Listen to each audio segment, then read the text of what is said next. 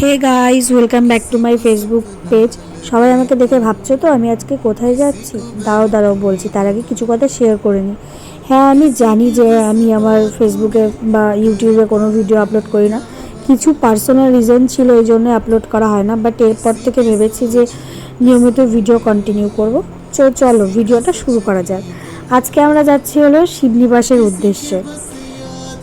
আমি জানি যে তোমাদের বলা লাগবে না, কারণ শিবনিবাস জায়গাটা তোমাদের সবারই পরিচিত, কারণ এখানে এশিয়ার দ্বিতীয় বৃহত্তম শিবলিঙ্গ অবস্থান করছে।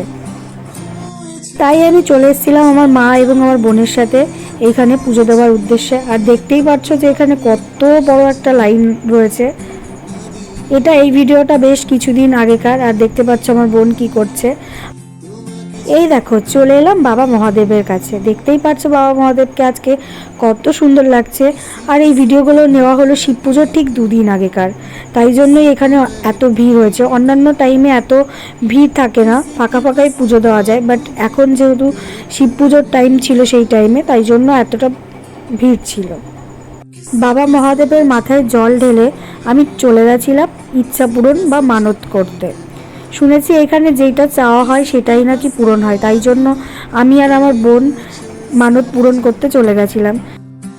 আমাদের সমস্ত পুজো পাঠ শেষ হয়ে গেলে আমরা চলে গেছিলাম মেলা দেখতে।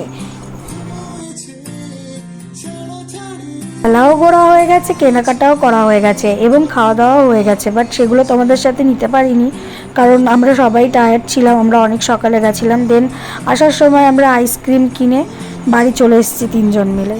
ভিডিওটা এই পর্যন্ত, দেখা হবে নেক্সট একটা ভিডিওতে। টাটা।